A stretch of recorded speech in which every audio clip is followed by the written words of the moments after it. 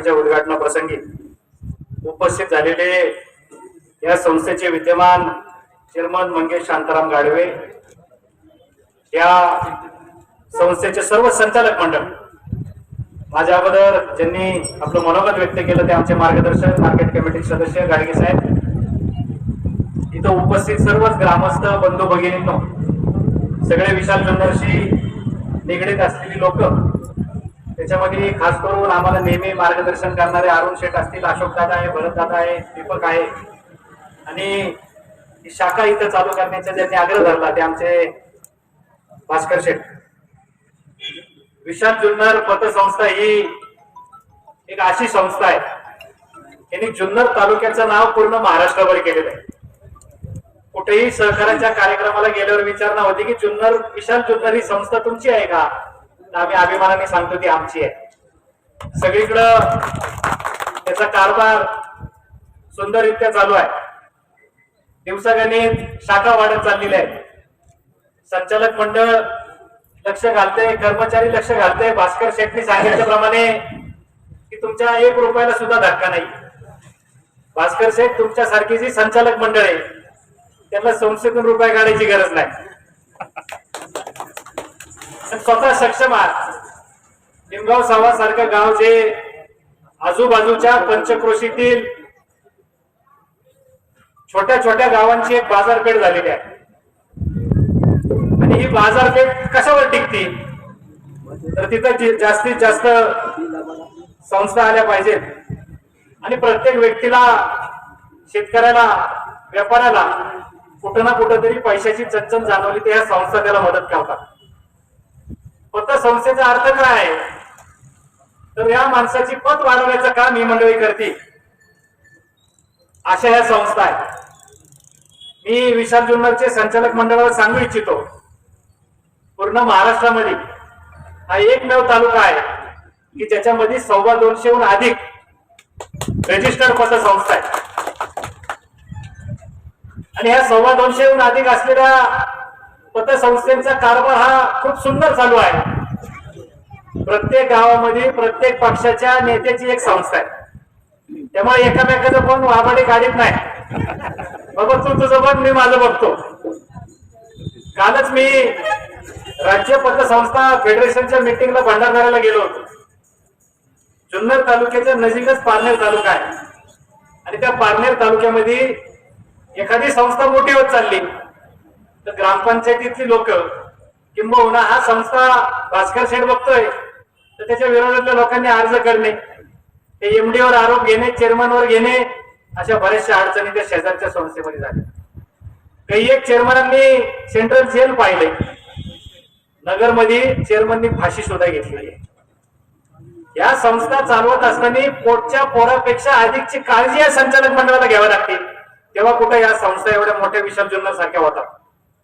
आपण लोक कष्टाचे, घामाचे 2 रुपये जे कमवतो ह्या संस्थेमध्ये ठेवतो, आणि ते सांभाळायचं काम ह्या सहकारी संस्था करतात.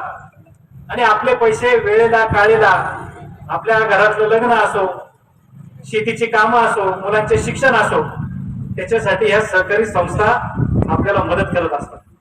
शेवटी संचालक मंडळ काम करताना काय बघतं, आम्हाला टीव्ही मिळाल्या पाहिजे. त्या टीव्ही मिळाल्यावर ज्याला गरज आहे त्याला आम्ही कर्ज देतो. कर्ज देताना कर्जदार आदेव असतो. कर्ज वसुलीची वेळ आली तर संचालक मंडळ हे दानव असतं, आणि त्याचा अनुभव गेली 15 वर्ष मी स्वतः अनुभवतो.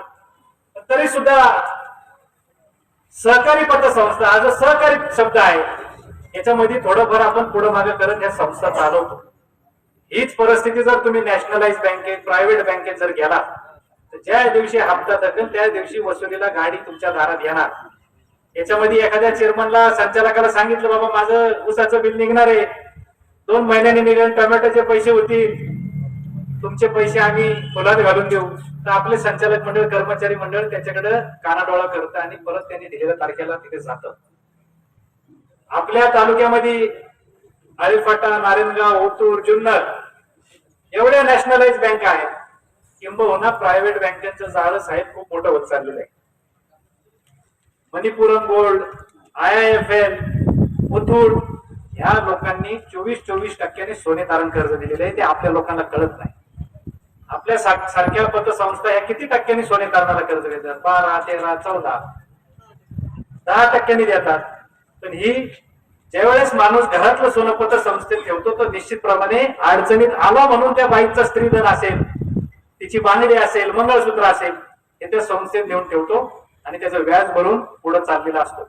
पण या प्रायव्हेट बँका त्याच्याकडे लक्ष देत नाही. हप्ता थकला, लिलाव केला, पैसे भरले, खातं क्लोज.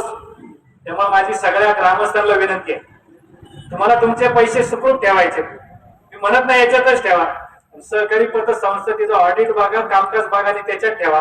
तुमचं सोनं गहाण ठेवायचं असेल तर सहकारी पतसंस्थेत ठेवा. प्रायव्हेट मध्ये ठेवलं तर ते आपल्या परत घरी येईल का नाही याचा अंदाज आपल्याला लागत नाही. जे व्याजदर आपण भरतोय त्याच्याकडे प्रामुख्याने लक्ष द्या. हे सर्व स्टाफला विनंती करत, या व्याजदराचा उलगडा त्यांच्या समोर करत जा. आणि या प्रायव्हेट बँकांची सुद्धा रोज मिळेल त्यांना किती व्याज तुम्ही भरता याचा अनुभव जर सांगितलं तर आपल्या संस्थेची भरभराट झाल्याशिवाय राहणार नाही.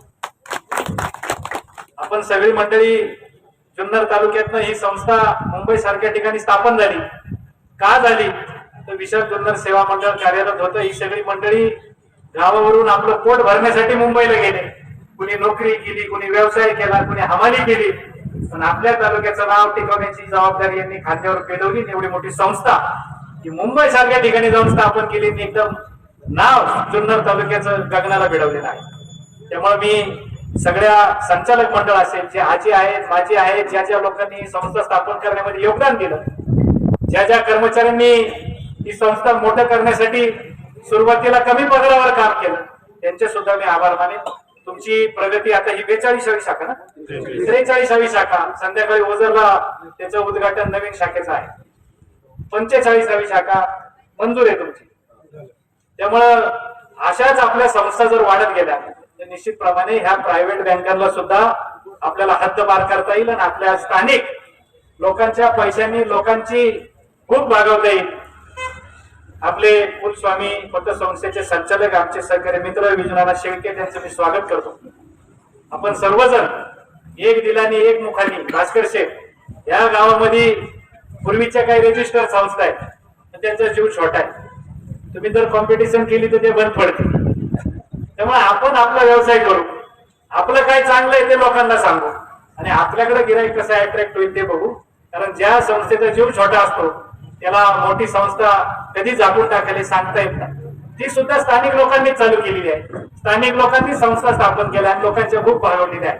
त्यामुळे आपण सगळेजण हे सहकार वाढवण्यासाठी आपण एक दिलाने एक मुखाने एकत्रित आलेलो आहोत. आपण अशीच प्रगती पूर्ण करत जावी. यदा कदाचित आमच्या छोट्या संस्थेला जर पैसे लागले तर संस्था देऊ शकत नाही, पण तुमच्या दारात निश्चितप्रमाणे मी भास्कर साहेब आहे, तिथं गाडवे साहेब आहे, अरुण शेटे, आमची सगळी मंडळी आहे. सर्वांचा गाडा चालला पाहिजे, सर्वांची दुकानं चालली पाहिजे. 100% एखादा जर डिपॉझिट घेऊन आला तुम्हाला गरज नसेल तर शेजारच्या संस्था आणि निमगावची प्रगती बघता. आता मी अरुण शेठ आणि चेअरमनला सांगितले माझी श्रीरामची सुद्धा शाखेला एखादी जागा शोधून द्या. कुलस्वामीला आलेलीच आहे आणि कुलस्वामी आणि विशाल जुन्नरचं तसं पोट भरलेलं आहे मला वाटतं. पण तुमचं पोट आता मोठं होत चाललेलं आहे. त्यामुळे आमचे पोट भरू द्या जरा. असं गमतीचा भाग बाजूला ठेवू. निश्चितप्रमाणे एक सांगून जाईल, सहकार हा टिकला पाहिजे, सहकार वाढला पाहिजे, सहकार रुजला पाहिजे. त्याची जबाबदारी ही जुन्नर तालुक्याने स्वीकारली आणि महाराष्ट्रामध्ये अधिकच्या पतसंस्था आपल्या तालुक्यात स्थापन झाल्या. बोटावर मोजण्या इतक्या काही बंद पडल्या असतील, काही चुकीच्या व्यवहार झाले असतील. त्याच्यामध्ये चेअरमन खूप हुशार असला तर चूक होऊ शकते आणि चेअरमन खूप हुशार असेल तर संस्था वाढते सुद्धा. एमडी खूप हुशार असेल तर चूक होऊ शकते आणि एमडी हुशार असेल तर संस्था ही मोठी होऊ शकते. असा अनुभव आम्ही दैनंदिन कामकाजात बघतो.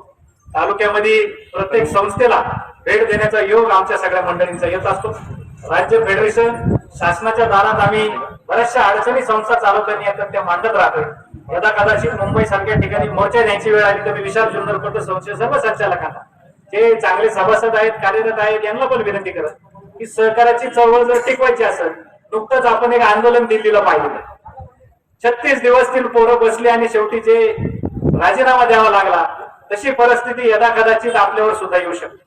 आता रेल्वे ही जुन्नर तालुक्यातून जावी म्हणून नारायणगाव, आळेफाटा, मंचर, चाकण, खेड, सिन्नर, संगमनेर हे सगळे पक्ष एकत्रित आलेले.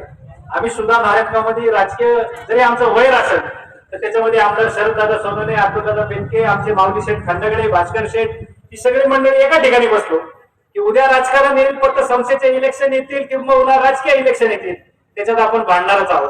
पण आपल्या भूमिपुत्रांसाठी आपण जर एकत्रित आलो तर रेल्वे इथून सुरळीत मार्गे गेली तर आपली जी मुलं चाकणला कामात जातात, पुण्याला शिकायला जातात, किंबहुना यांचा स्टाफ जो आहे तो शहरासारख्या ठिकाणी राहून येऊन जाऊन करू शकतो, अशा लोकांची सोय ही गेली काही एक वर्ष मी शाळेत असल्यापासून. सुरेश कालमाडी 95-96 ला रेल्वे मिनिस्टर होते, त्यावेळेस त्यांना विनंती केली आणि त्यांनी सांगितले की याच्यात त्यांनी मार्ग काढ. नाना 30 वर्ष झाली रेल्वे आपल्याकडे आली नाही. का नाही आली? तर आज MRT सारखा प्रकल्प आपल्याकडे आला, आपली छाती अभिमानाने फुगली की जागतिक लेवलचा प्रकल्प आपल्याकडे आला आणि त्या प्रकल्पामध्ये त्याचा फायदा आपल्याला नाही पण नुकसान निश्चित झालेलं आहे. जागतिक लेवलवरती तुम्ही काय शोध लावले त्याच्यात आमच्या दारात रुपया येणार नाही. आम्हाला शेती प्रधान तालुका टिकला, शेती करतो, कष्ट करतो, इथं कुठली इंडस्ट्री आली नाही, कुठला व्यवसाय आला नाही. आमच्या मुलांना 2 रुपये कमवण्यासाठी बाहेर गावी जायला लागतं. उद्या हा प्रकल्प हटवायची वेळ आली तर आपण सगळे एक झालो तर बीड तिकडं मराठवाडा इतकी जमीन पडलेली ना यांनी यांच्या छत्र्या घ्याव्या तिकडे जावं आणि तिकडे छत्र्या लावाव्या. आपल्या तालुक्याच्या प्रगतीला जो आळा बसलाय तो मोकळा करावा अशी मी तुमच्या सगळ्यांना विनंती करतो. विशाल जुन्नरच्या या उद्घाटना प्रसंगी जी जी मंडळी उपस्थित झालेली आहे ही सगळ्यांची नावं घेऊ शकतो पण मी वेळ घालवत नाही. तुम्हाला सगळ्यांना 22 वाटचालीसाठी शुभेच्छा देतो. तुम्ही इथं बोलवलं, मान सन्मान सत्कार केला त्याबद्दल आभार मानतो. आमच्या जुन्नर तालुका पतसंस्था फेडरेशनच्या वतीने, आमच्या श्रीराम नागरिक पतसंस्थेच्या वतीने, तालुक्याचे आमदार अतुलदादा बेनके यांच्या वतीने तुम्हाला पुढच्या वाटचाली शुभेच्छा देतो. थांबतो. धन्यवाद.